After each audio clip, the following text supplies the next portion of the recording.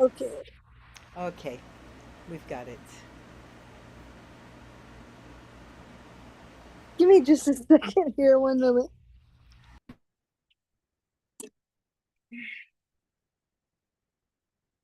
All right. So it's 2519. That's what you put, correct? Okay. Just to make sure my eyes don't deceive me. All right, so let me go ahead and start with invocation. Oh my goodness, I'm the shotgun. Wait, sorry. Bone prayers. Narayanam namaskritam naram chaiva narottam devim saraswatam vyasam tato jayamudirayat nasta preshu bhajishu nityam bhagavata sevaya bhagavati uttamastoke bhaktir bhavati naishchiki. Before reciting the Shema Bhagavatam, which is our very means of conquest, one should offer obeisances of the Supreme Personality of Godhead Narayan, unto Narayan Rishi, the supermost human being, and unto Srila Vyasadeva, the author. By regular attendance and classes on the Bhagavatam, and by rendering service unto the pure devotees, all that is troublesome to the heart is almost completely destroyed, and loving service unto the Personality of Godhead is praised with transcendental songs is established as irrevocable facts. All right, so 2519, chapter The Cause of All Causes. All right, so I think our last class, well, last week Mananath Maharaj did questions and answers, right? So before that, Lord Brahma was getting into the three modes of material nature and explaining how this is the Lord's external energy. So we spoke a little bit about that last week in verse 18. So he's going to continue with that in verse 19 here. So I'll go ahead and chant this and we'll get into it. Karya Karna Kartritve Dravya Jnana Kriyashraya Bandhananti Nityaramuktam Mayena Purusham Gunaya. These three modes of material nature, being further manifested as matter, knowledge, and activities, put the eternal, transcendental living entity under conditions of cause and effect and make him responsible for such activities. Purport. Because they are in between the internal and external potencies, the internally transcendental living entities are called the marginal potency of the Lord. Factually, the living entities are not meant to be so conditioned by material energy, but due to their being affected by the false sense of lording it over the material energy, they come under the influence of such potency and thus become conditioned by the three modes of material nature. This external energy of the Lord covers up the pure knowledge of the living entities eternally existing with him, but the covering is so constant that it appears that the conditioned soul is eternally ignorant. Such is the wonderful action of Maya, or external energy manifested as if materially produced. By the covering power of the material energy, the material scientist cannot look beyond the material causes, but factually, behind the material manifestations, there are Adibhuta, Adigatma, and Adidaiva actions, which the conditioned soul in the mode of ignorance cannot see. The Adibhuta manifestation entails repetitions of births and deaths, with old age and diseases. The Adiyatma manifestation conditions the spirit soul, and the Adidaiva manifestation is the controlling system. These are the material manifestations of cause and effect and the sense of responsibility of the conditioned actors. They are, after all, the manifestations of the conditioned state, and the human being's freedom from such conditioned state is the highest perfectional attainment. So once again, I'll read the translation. These three modes of material nature, being further manifested as matter, knowledge, and activities, put the eternally transcendental living entity under the conditions of cause and effect and make him responsible for such activities. So we talked a lot about the modes of nature, I think, in the 2 weeks ago, because that was also mentioned. But just to add a few more points to go along with this verse. So when the living entity puts themselves by desire, because the jiva soul really can only do one thing, and that is desire. So when the jiva puts himself under the external energy of the Lord through that desire, the desire to lord over material nature, then you come under the three modes. And then there's these three actions that are mentioned here in the purport: Adibhuta, Adiyatma, and Adidaiva. These three things that the conditioned soul has to go through. So just to give a little bit more background, Adibhuta deals with the body. So the changes of the body we have to go through. So the body is born, then the body grows, the body produces some byproducts, the body decays, the body dwindles, and then the jiva soul has to change body. So there's different sufferings that one has to endure under that. Getting old, aging, it's not very fun. Different diseases of the body that come along with it. Producing byproducts, there can be some suffering that goes along with that. And then also adiyatma refers to like within the body, we have the minds, we have the ego, the thoughts, the fears, all these things. This is also what we have to experience in material nature. So sorry about that. So our thoughts, our mind causes different miseries. Like the Bhagavad Gita says, the mind can be the friend of the living entity or the enemy as well. And then Adidaiva has to do with like the controlling agents, the devas. There's natural disasters. These are caused by, like the devas. And then also karma, the agents of karma, time, things like this. This all falls under the Adidaiva manifestation. So these, along with the three modes of material nature, they're different types of suffering that we undergo when we're in this material world. So Prabhupada's making the point here that actually we're not meant to be under this material manifestation. We're not meant to be associated with it. We don't have to go and suffer these different things. But because of the desire of the jiva soul, therefore you put yourself what's called under the cause and effect. So the cause is the jiva soul's desire to enjoy independently of Krishna, and therefore the effect of that is that you have to suffer and enjoy under the three modes of material nature, and these three manifestations: Adiyata, Adibhota, and Adidaiva. And I could say a few more things, but I'll open it up for comments here.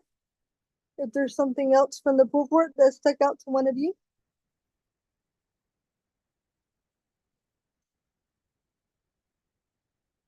Go ahead, Ian. Hare Krishna.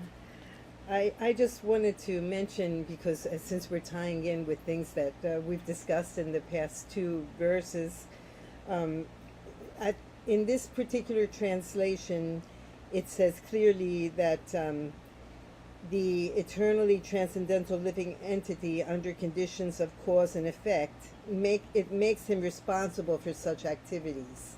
So I guess that kind of answers the question, that I asked a while back, and that Guru Dev spoke about as well, that we are indeed responsible for what it is that the actions that we actually choose to do. And Yeah, I guess the karma comes after that, but it's not like the things are going to happen a certain way just because Krishna said. We have that free choice under this I mean, we are under the effects of the the modes of material nature, and this is what causes us to sometimes make these decisions that are not perhaps the wisest decisions and may have negative effects on ourselves and others. But it becomes more clear in that statement there. That's Yeah, yeah, the it's other because thing I wanted to add. yeah, that's a good point. The reason why we're responsible is because we have the desire. And then the desire, then the modes line up. It's it's kind of like, with the mode of passion. It says that things are really good in the beginning, but there's suffering in the end, right? So if you think about trying to think of some activity that's like in the mode of passion. If you think, like, oh, I'm going to enjoy like this feast and I'm going to eat as much as possible, and then you're like, okay, yes, let me go. And then you overeat and then you suffer, or you get really fat. So you could say the reason why I got really fat is because I ate way too many calories and I burned. Or you could say the reason why I got fat is because it's the feast fault. That food is unhealthy. That food made me fat. But it's you that had the desire, and because you had the desire, therefore everything lined up so that you put the food in your mouth. It's like there's Davids in control of different parts of our body, but we have the desire, so therefore you go over you go over to the buffet, you fill your plate up, and you stick it in your mouth. You could say, yeah, the food made me fat, but you put it in your mouth. You did it. So that's how the modes of nature work. You know, we choose to act. We put ourselves under the modes, and then we act out in the mode of passion, goodness, and ignorance. Kind of like one of the things with ignorance is overindulgence and sleep. You know, but you're the one that hits snooze 10 times on the alarm clock.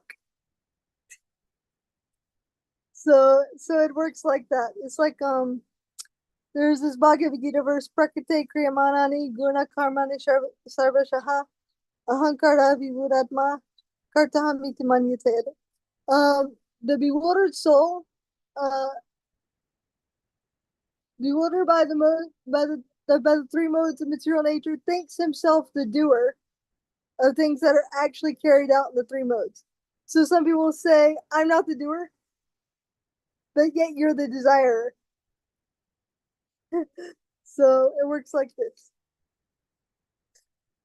Uh, so any other comments or questions? Any questions that might have come up in this verse? Yes, I was wondering, Hare Krishna, everybody, and my Bible. reverences to all of you. Um, I was just wondering, just because you mentioned the three gunas and the three modes of nature, and because we're not the doers actually, but I mean, it seems to me as if we're these conditioned souls, right? And the soul is in this body, and this body is driven by material the modes of nature, right? Mhm. Um, so the only thing that we can actually do to free ourselves is actually to surrender to Krishna, because if I keep like thinking of how am I going to get out of this mess, right? Like maybe I have a desire, but where does that desire come from? And it's not a good desire. And we had this personal talk, you and I, before, and we were talking about exactly the same thing. Like, how do I know this is not a Maya thing versus a Krishna arrangement? Since Krishna also, I don't know, sometimes how do you know if it's something that pleases Krishna, if it's something that he wants us to do, because even Arjuna was confused whether he was doing his purpose, and Arjuna is far greater than any of us, so like he was confused whether his purpose was to go to war with his own family and his own teachers and his own loved ones, And the fact that he was considering that might seem, righteous or or empathic for us, but in reality it was adharmic.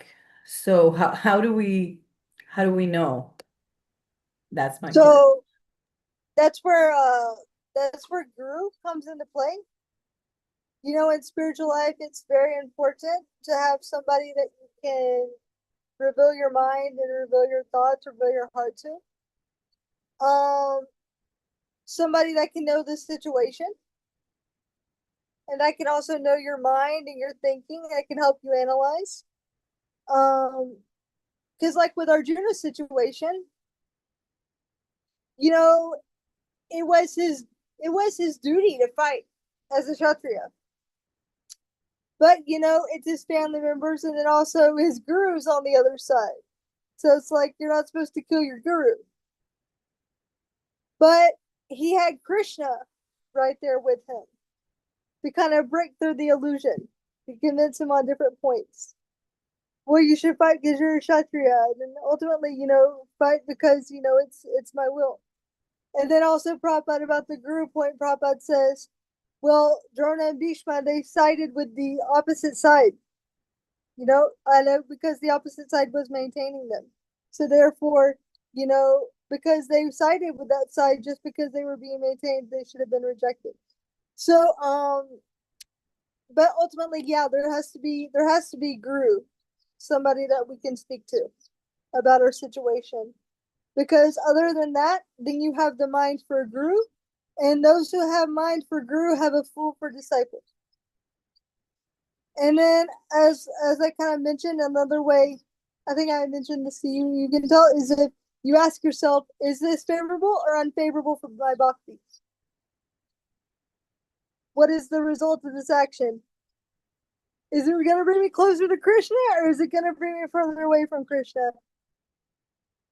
And a lot of times, you can know the answer to that question with certain situations and certain decisions. However, with a little bit more complicated issues, that's where guru has to come into play. That's why we have shiksha and diksha gurus. So yeah, we don't do it on our own. Does that answer your question? Definitely, definitely. And I really loved that answer that you gave about, does this bring me closer to Krishna, or does this um pull me further away from Krishna, or does this um is working for my bhakti, or is it working against my bhakti? So that's like a very good measurement point. So thank you. And also, it's important to add this disclaimer that there are certain duties in this world that have to be done. If you have children, no matter how much they're annoying you, you still have to take care of them. Things like this. You still have to, maybe go to work. Maybe if your job is, not so favorable, you can look into changing occupation, but you have to maintain yourself somehow. So there are some duties, but in general, these are just some guidelines, usually with the instruction of guru. Then you in Shastra you can navigate these things very clearly. Anything else anybody would like to add? All right, we'll go to the next verse then. Amy, you want to read the next one? Yeah, sure. Thank Okay. you.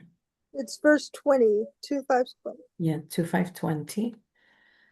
Sa esha bhagavalingay tribir etair adokshajaha swalakshita gatir brahman sarvesham mama cheshwaraha. O Brahmana Narada, the superseer, the transcendent Lord, is beyond the perception of the material senses of the living entities because of the above mentioned three modes of nature. But he is the controller of everyone, including me. Purport. In the Bhagavad Gita, 7, chapter 7, verse 24-25, the Lord has declared very clearly that the impersonalist who gives more importance to the transcendental rays of the Lord as Brahma Jyoti and who concludes that the absolute truth is ultimately impersonal and only manifests a form at a time of necessity is less intelligent than the personalist, however much the impersonalist may be engaged in studying the Vedanta. The fact is that such impersonalists are covered by the above-mentioned three modes of material nature. Therefore, they are unable to approach the transcendental personality of the Lord. The Lord is not approachable by everyone because he is curtained by his Yoga Maya potency. But one should not wrongly conclude that the Lord was formerly unmanifested and has now manifested himself in human form. This misconception of the formlessness of the Supreme Personality of Godhead is due to the Yoga Maya curtain of the Lord and can be removed only by the Supreme Will. As soon as the conditioned soul surrenders unto him, the devotees of the Lord, who are transcendental to the above-mentioned three modes of material nature, can see the all-blissful transcendental form of the Lord with their vision of love in the attitude of pure devotional service. O Brahmana Narada, the superseer, the transcendent Lord, is beyond the perception of the material senses of the living entities because of the above mentioned three modes of nature, but he is the controller of everyone, including me.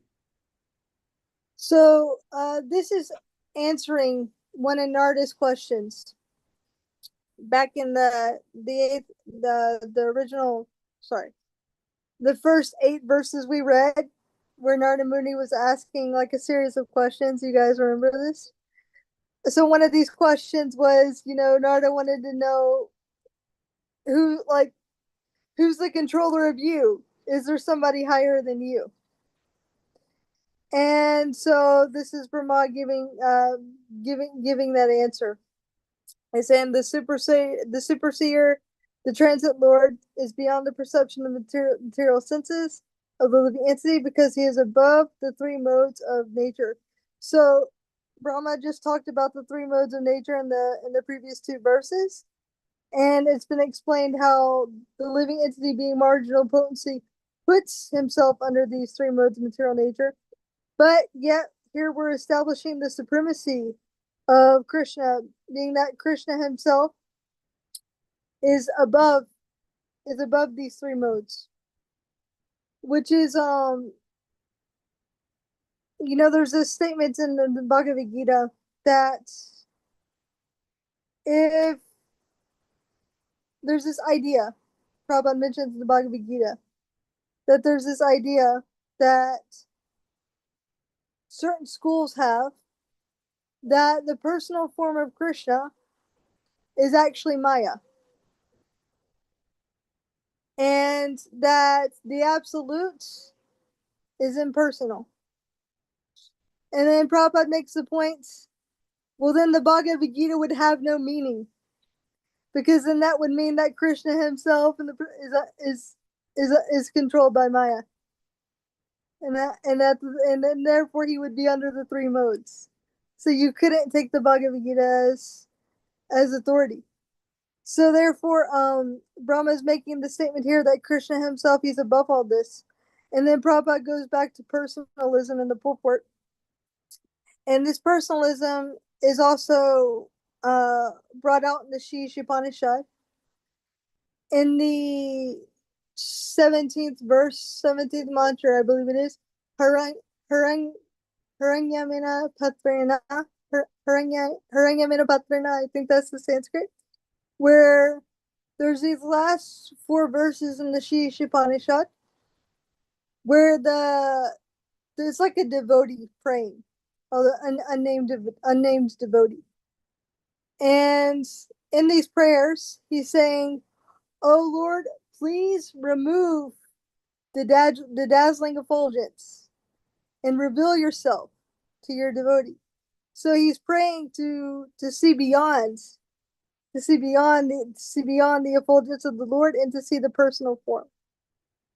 So this personal form is actually not easy to see. It can only be seen by loving devotional service, because this is Krishna himself.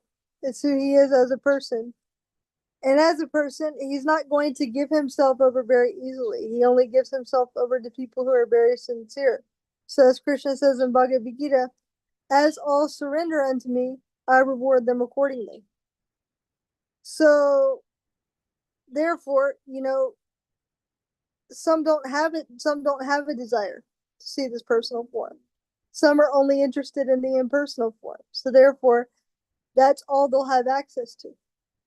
So, but this surrender to be able to see the personal form, it only comes by this loving service. And as we engage more in this loving service, Krishna starts to reveal himself more to us personally. But it's a process. But as we practice, this curtain of Maya that we have over us gets pulled back gradually. And we can see what is to be done and what is not to be done. And Krishna really, he's trying to, show us at every moment. But we just have to be very attentive and see. And let me see, there was another point in this purport that I had.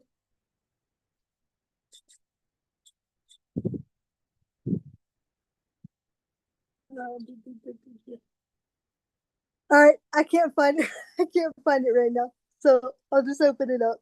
Yamuna, do you have anything? Or Abby, do you have anything?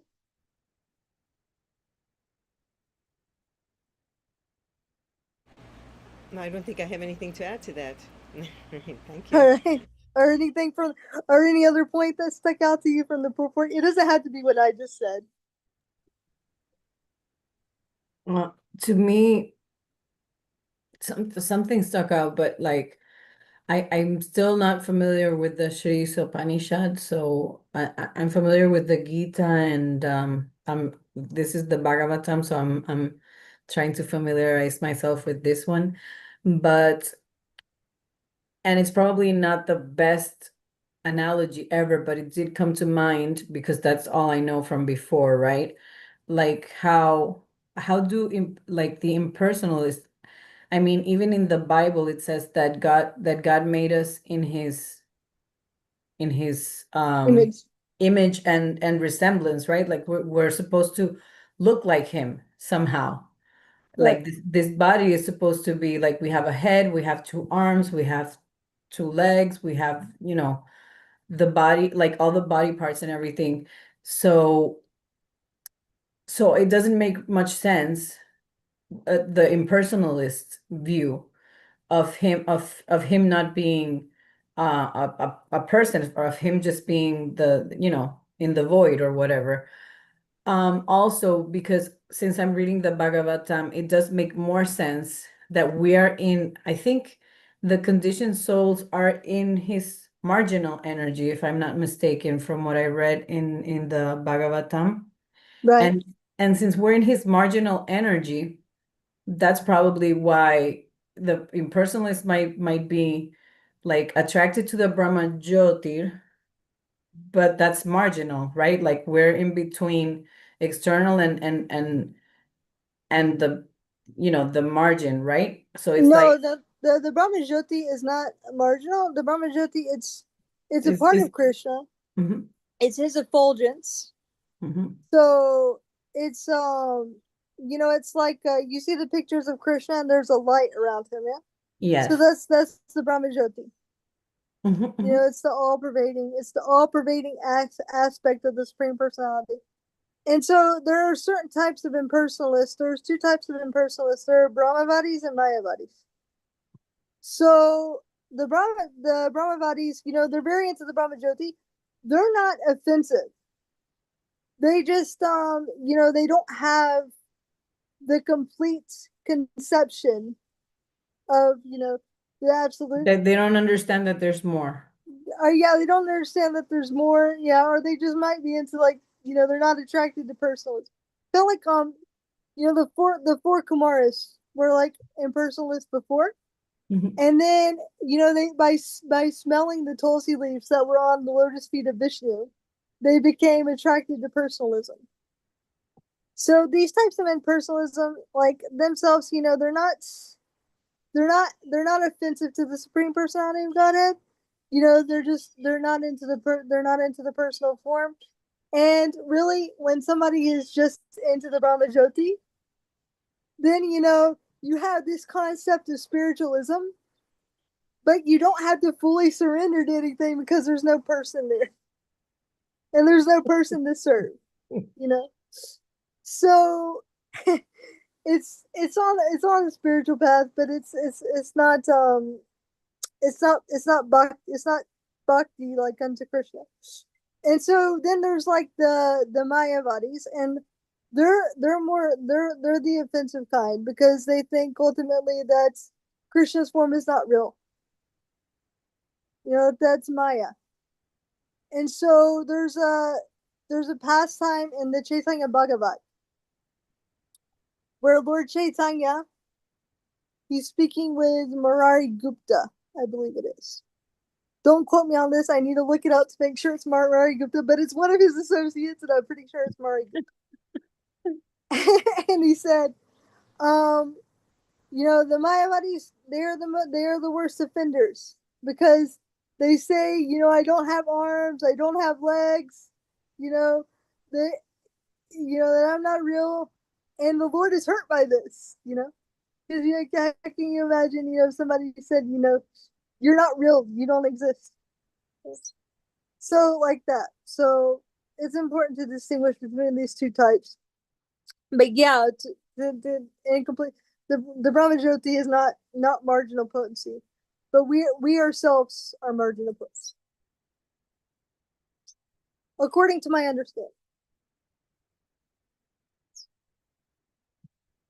All right. Hare Krishna, I just wanted to add, a comment. It's not directly from our text or anything like that, but the whole idea of the energy of God or the Brahma Jyoti, this is something that can be understood by anybody in the world who practices any religion in the world. It's something that it's a unifying factor. Whereas in our tradition, we believe that Krishna is the supreme Lord, and we, go into the personal aspect. But there are other people in the world who maybe they believe in a different image of God because they come from a different part of the world or from a different tradition. So the only thing that we have that really unifies us with the rest of the human race is just this understanding of the energy of God. So that's a personal comment, but that's the only thing that I wanted to add to this discussion. Yeah. So we don't deny, this impersonal aspect, but it's for the bhakta, it's just not as enjoyable, and it's there, but we just don't focus on it. All right. Um, Anything else before we go on? I think I about covered that verse, or we covered it. Okay, we can go on to 21 then. Yamuna, do you want to cover this one? Okay. Kalam karma svabhavam cha mayesho mayaya svaya atman yadrichaya praptam vibhu bushur upadade. Translation: the Lord, who is the controller of all energies, thus creates by his own potency eternal time, the fate of all living entities, and their particular nature for which they were created, and he again merges them independently.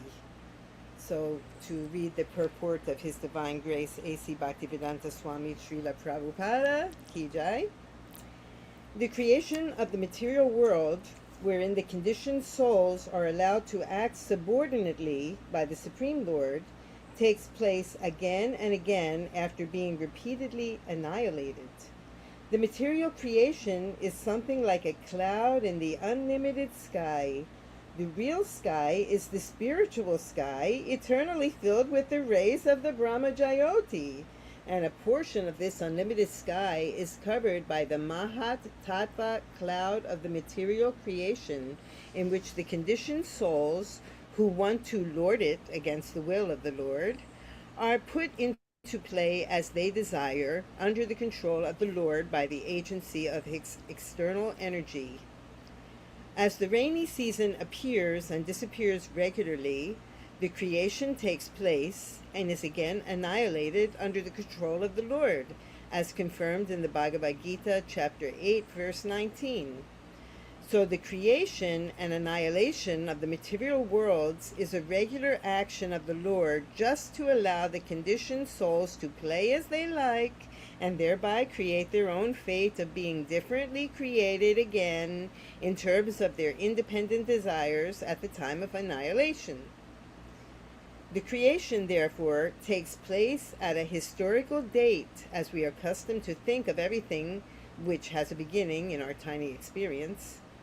The process of creation and annihilation is called anadi, or without reference to date regarding the time the creation first took place, because the duration of even a partial creation is 8,640,000,000 years. The law of creation is, however, as mentioned in the Vedic literatures, that it is created at certain intervals and is again annihilated by the will of the Lord. The whole material, or even the spiritual creation, is a manifestation of the energy of the Lord, just as the light and heat of a fire are different manifestations of the fire's energy. The Lord therefore exists in his impersonal form by such expansion of energy, and the complete creation rests on his impersonal feature. Nonetheless, he keeps himself distinct from such creation as the Purnam, or complete, so no one should wrongly think that his personal feature is not existent due to his impersonal, unlimited expansions. The impersonal expansion is a manifestation of his energy, and he is always in his personal feature despite his innumerable, unlimited expansions of impersonal energies. Bhagavad Gita, chapter 9, verses 5 through 7. For human intelligence, it is very difficult to conceive how the whole creation rests on his expansion of energy, but the Lord has given a very good example in the Bhagavad Gita. It is said that although the air and the atoms rest within the huge expansion of the sky, which is like the resting reservoir of everything materially created, still the sky remains separate and unaffected. Similarly, although the Supreme Lord maintains everything created by his expansion of energy, he always remains separate. This is accepted even by Shankaracharya, the great advocate of the impersonal form of the Absolute. He says, Narayana paro vyaktat, or Narayana exists separately, apart from the impersonal creative energy. The whole creation thus merges within the body of transcendental Narayana at the time of annihilation, and the creation emanates from his body again with the same unchanging categories of fate and individual nature. The individual living entities, being parts and parcels of the Lord, are sometimes described as Atma, qualitatively one in spiritual constitution. But because such living entities are apt to be attracted to the material creation, actively and subjectively, they are therefore different from the Lord. Okay, so I will repeat text 21. The Lord, who is the controller of all energies, thus creates by his own potency eternal time, the fate of all living entities and their particular nature for which they were created, and he again merges them independently.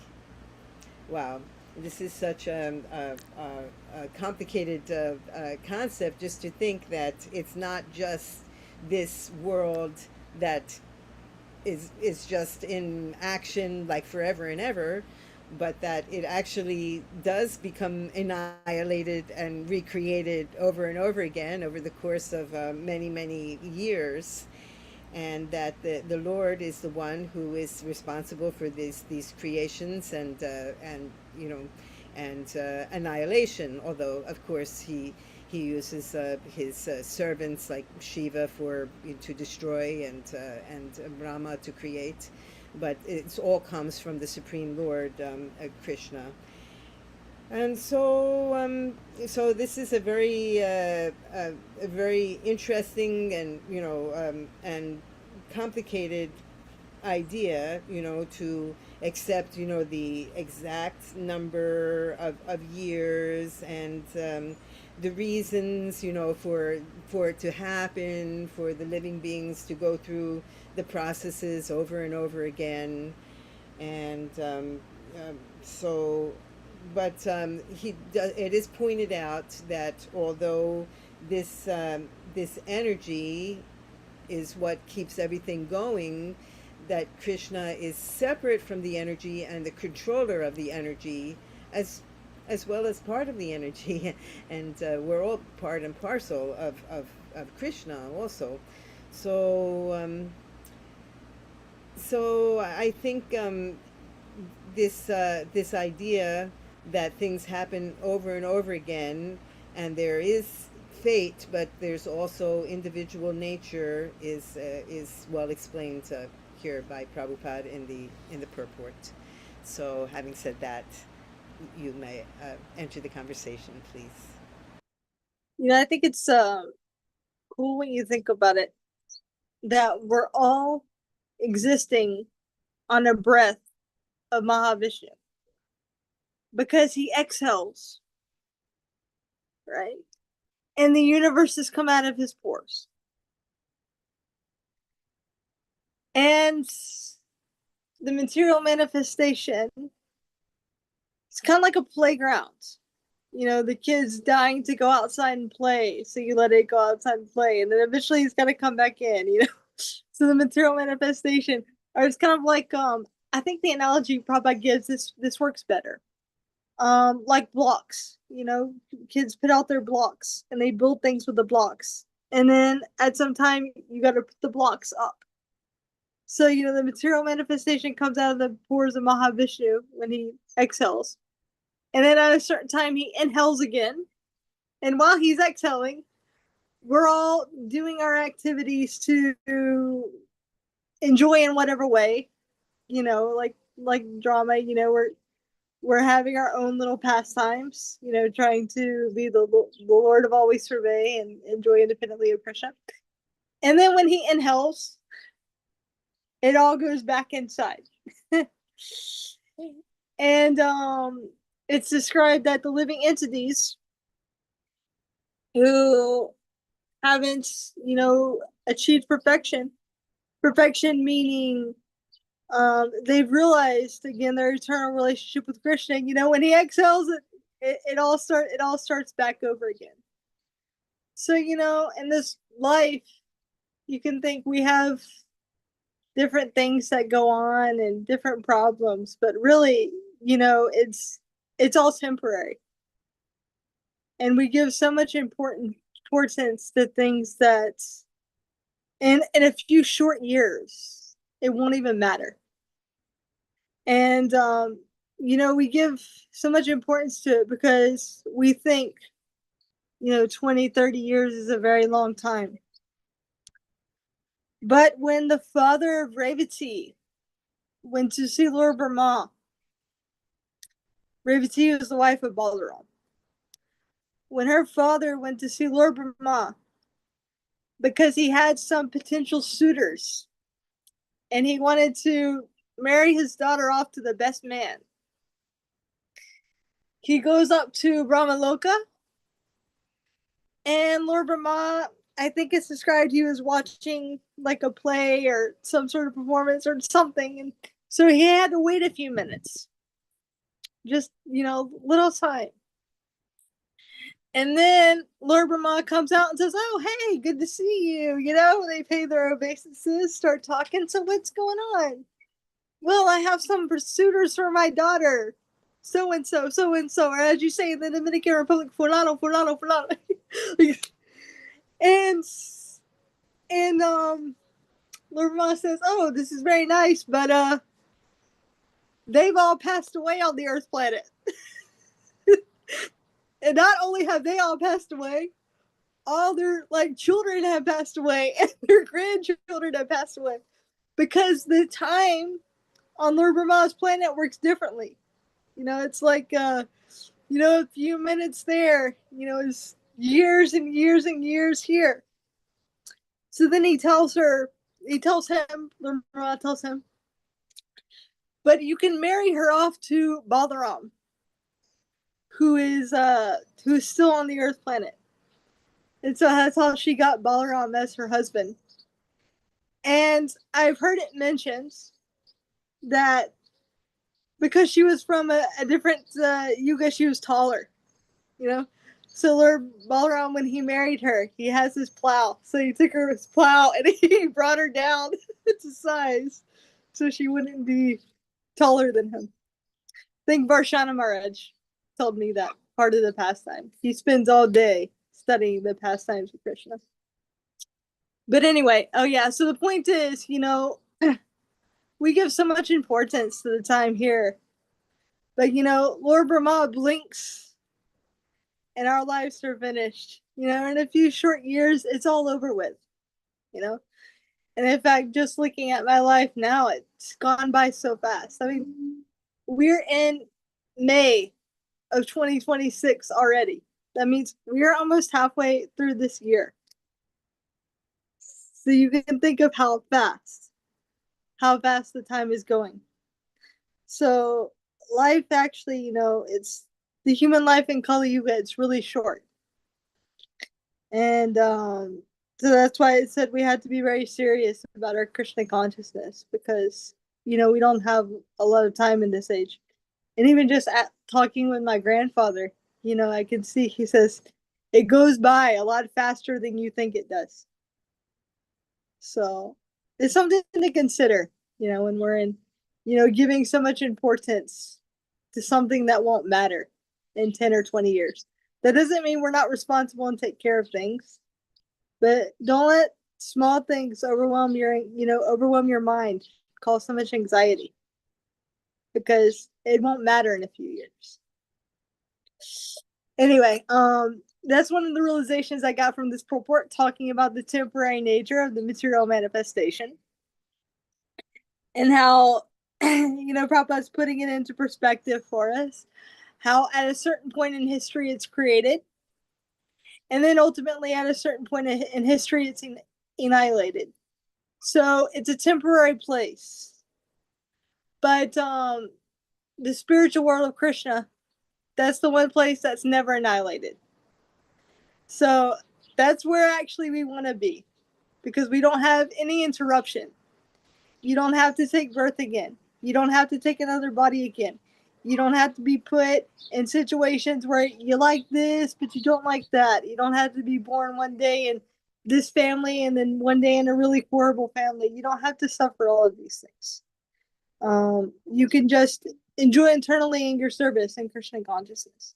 Otherwise, as material manifestation, you're always having to start over again. It's like that. There was a movie called Groundhog Day. Where he keeps waking up in the same day again and again. So, and that way we are waking up in different bodies. And then trying in different ways to try to enjoy. And then according to those activities, we're preparing for the next body. And then in that body, we're trying to, enjoy in different ways. And then the cycle goes on and on and on and on and on. Somebody explained it once, like somebody really wants to be the top musician. So, they practice and practice and practice. And maybe they don't have the karma in that life to be the best, right? But they get it in their next life. And then after they achieve that, they're like, oh, well, now I want to do this. So then they have to take another body to fulfill that desire, because that's how desires work according to Bhagavad Gita. It's described like material desires like a fire. It's never satiated. So once you get to the top of one thing, if you get the karma to do so, then you're going to want something else. And you just go on in the cycle of samsara. So anyway, let me see if there's something else in this purport. But I think that was as far as my realization's taking me right now with this verse. So does anybody else have anything?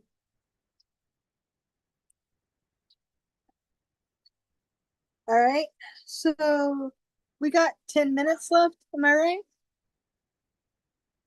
All right. So, okay, the next one's 22. Next one's not too long. So we can go to the next one.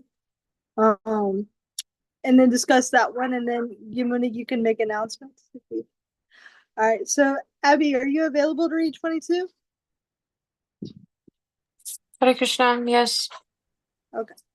Kalad guna vyati karaha parinamaha swabhavataha karmano janma mahataha purushadishtitad abut. After the incarnation of the first Purusha, Karanarnavashai Vishnu, the Mahat Tattva, or the principles of material creation, take place, and then time is manifested. And in course of time, the three qualities appear. Nature means the three qualitative appearances they transform into activities.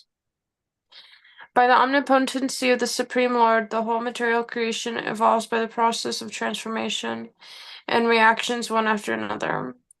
And by the same omnipotency, they are wound up again one after another and conserved in the body of the Supreme.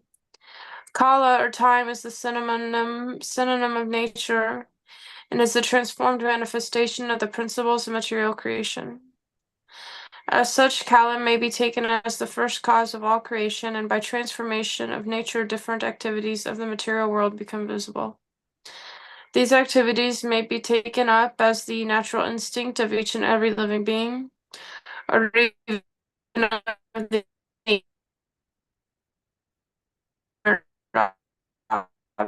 object.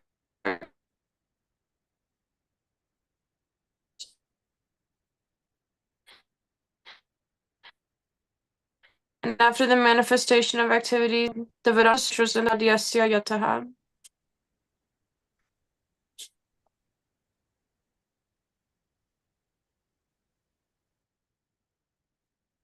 Was she breaking up or am I breaking up?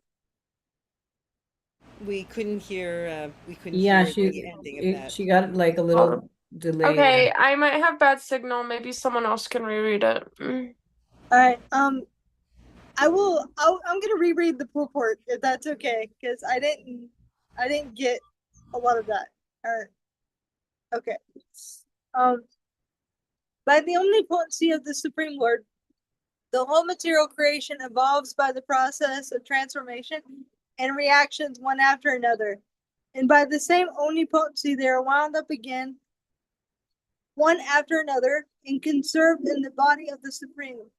Kala, or time, is a synonym of nature and is the transformed manifestation of the principles of material creation.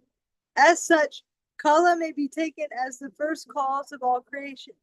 And by transformation of nature, different activities of the material world become visible. These activities may be taken up as the natural instinct of each and every living being, or even of the inert objects. And after the manifestation of activities, there are varieties of products, and by products of the same nature. Originally, these are all due to the Supreme Lord. The Vedanta Sutras and the Bhagavatam thus begin with the absolute truth as the beginning of all creations. Yamadasya Gita. Okay, translation again. After the incarnation of the first Purusha, Karanarya Vashayi Vishnu, the Mahatattva, are the principles of material creation, take place. And then time is manifested. And in course of time, the three qualities appear. Nature means the three qualitative appearances. They transform into activities. So now Brahma is going into a little bit more detail about how this creation takes place. Because this was also one of the questions of Narda, I believe, how the creation happens. So first, the Mahatattva is created. So this is like all the material elements but not everything is put together yet. Not everything is engineered at this time. And then from there, time is manifested.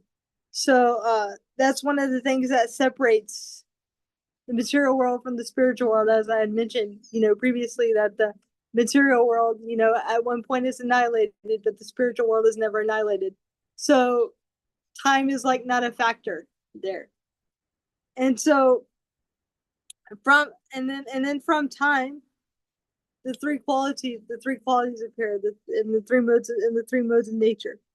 So what we're going to get into here is basically in detail how everything is ultimately arranged and takes place.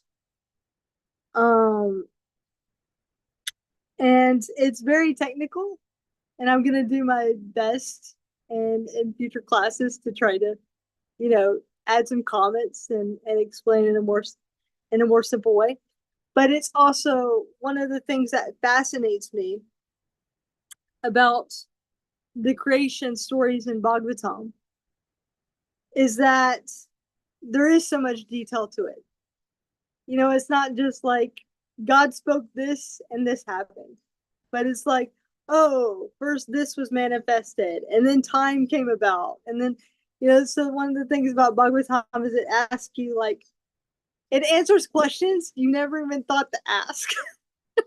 Like, I never even thought, firstly, how the different elements of material creation and how they're assembled and how they're put together.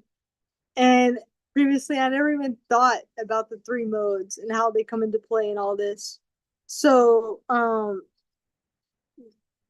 the Bhagavatam is going to break it down and detail by detail by detail, so that one understands the exact position that they're in.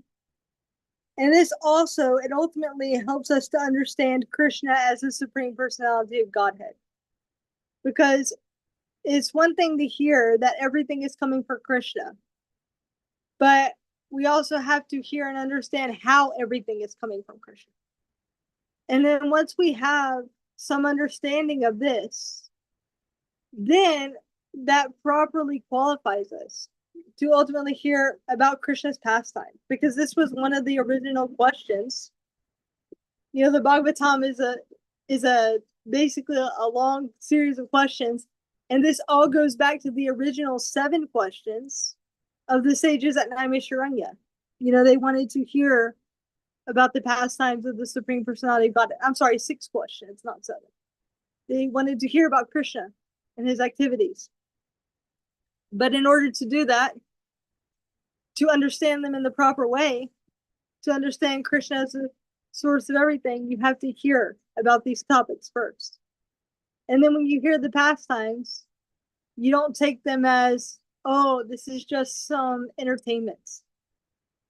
Or, this is just some story like Helen of Troy, or, like some great classic that we have. But it's actually the activities of the Supreme Personality of Godhead himself. And then the pastimes of Krishna become even more amazing. Because first you hear about how everything is coming from Krishna, how, he expands as, the three Vishnus, and then the Guna avatars, and how he's in charge of all of this. But then you also hear about how he becomes scared when Mother Yashoda calls him to come in for dinner, and Krishna's friends become upset. And they say, if you go home, we're not going to play with you anymore. And then Krishna becomes spirit. So then when you understand this, also it makes you understand Krishna's pastimes in the proper way, but it makes Krishna's pastimes even more amazing. So yeah, with that said, it's 6 o'clock. And I didn't want to comment so much because a lot of this stuff I kind of briefly mentioned earlier.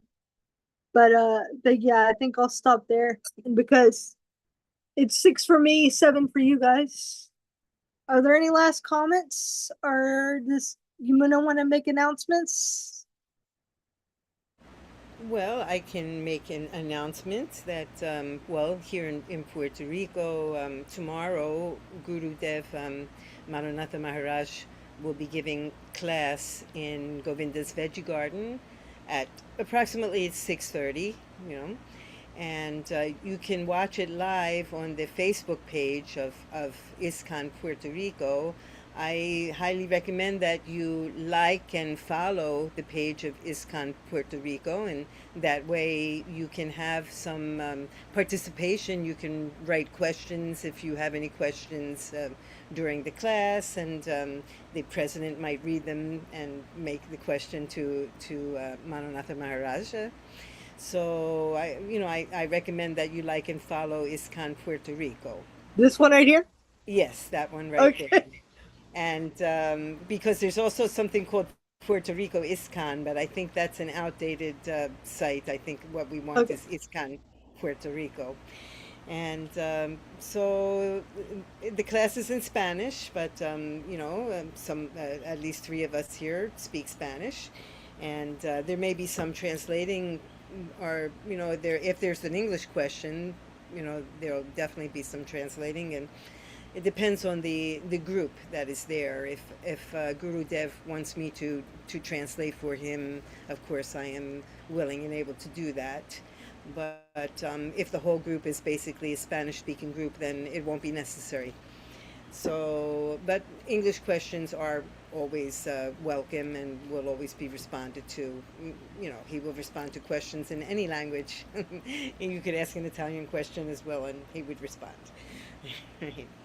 So, having said that, I don't have any other announcements other than our continuing Srimad Bhagavatam sessions next week at the same time. And, in a few weeks we'll have another question and answer session. But for now, we'll continue with text 23 next week.